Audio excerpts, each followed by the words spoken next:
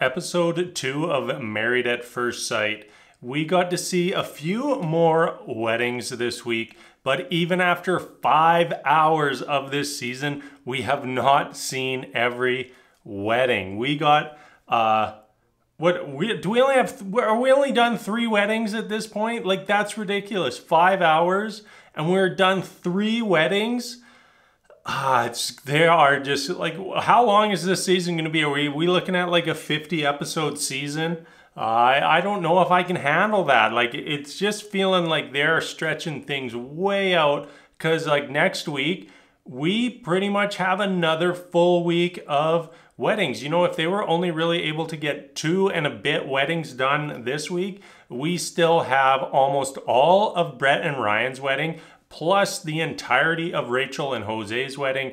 Like that's going to be 3 episodes in. Like, usually we're like, what, a 12 episode season, like 12, 13 episodes. So that's a quarter of the season just to get people married. Feels a little bit excessive to me. Anyways, enough of my complaints.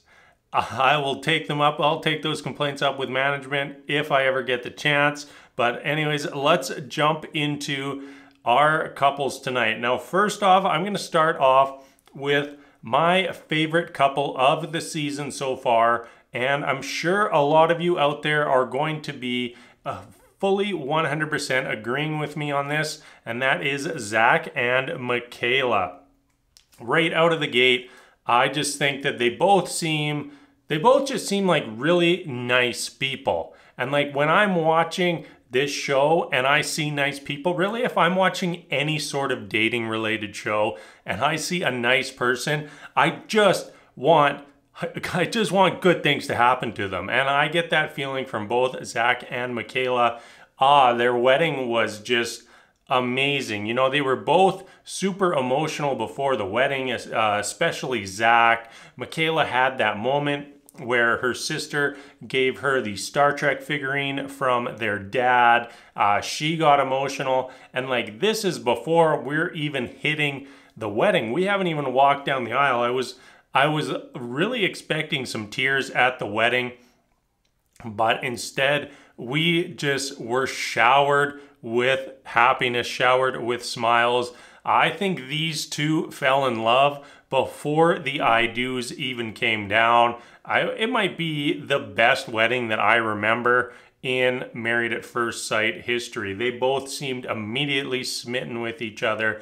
They couldn't keep the smiles off their faces. Even when they went to do the photo shoots, they couldn't even do a serious photo. They both just seemed so happy, and I loved it. I absolutely want this couple to exceed. Even though we are just at the start of their journey, I will be rooting for them. Even if none of the other couples make it, if Zach and Michaela make it, I'm going to call this season a success, because that is how much I am rooting for these two right off the bat. Now let's jump over to a couple that I will not be rooting for, and that is Myrla and Gil.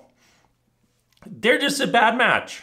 It's just a bad match. Like, Myrla and Gil, Rachel and Jose, they just seem like terrible matches. That's almost half of our season, where as an outsider, just like watching just the lead up, like them describing themselves, describing what they want, and thinking, yeah, I would never in a million years match these two together. And we have 2 of those couples. It's very disappointing. Like, with how many applicants they have for these shows, you just think that they'd be able to come up with a better couple than this. Maybe it's a situation where they just really wanted both of them on TV, so they're just forcing them together. Like, when we're at the start of the wedding and they're doing that part where the families have written a little bit about the 2 individuals, and it seemed like when they were describing Myrla, it was exactly what Gil did not want. It was perfectly what he was not interested in. Just left me scratching my head. Like, even the preview for next week made it seem like they're still terrible. I will admit that their conversation between just Gil and Myrla after the wedding was better than the actual wedding. Like the wedding just seemed like a disaster, like just unbelievably bad. Like she's freaking out about him being bald. Like she's gonna get over him being bald. Like it's the end of the world. Like come on, it's hair. Like and everything that seemed to come out of her mouth just seems so superficial. Like what is Myrla's like highest expectation and lowest expectation for the wedding? Highest expectation, him being hot. Lowest expectation, him being ugly. Nothing about the kind of person he's gonna be. Nothing about their connection. Just strictly superficial things. And you know, I really just get the impression that she's a superficial person. She seems to describe herself as a superficial person. Her friends describe her as a superficial person. And Gil very distinctly and repeatedly said that he did not want a superficial person. So I just cannot see this couple making it. They just seem awful for each other, and I don't know what the experts were thinking when they put these two together. Back to their conversation after the wedding, it did seem better, but then they started talking about the dog, and Myrla just attacked that portion of the conversation so just abrasive and cold-hearted.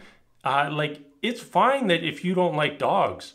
It's not the end of the world if you don't like dogs, but approach the topic a little better. Like, Gil's dog is obviously something very important in his life, and you know, you just come at it so negatively, so cold, so anti the dog that you've never even met.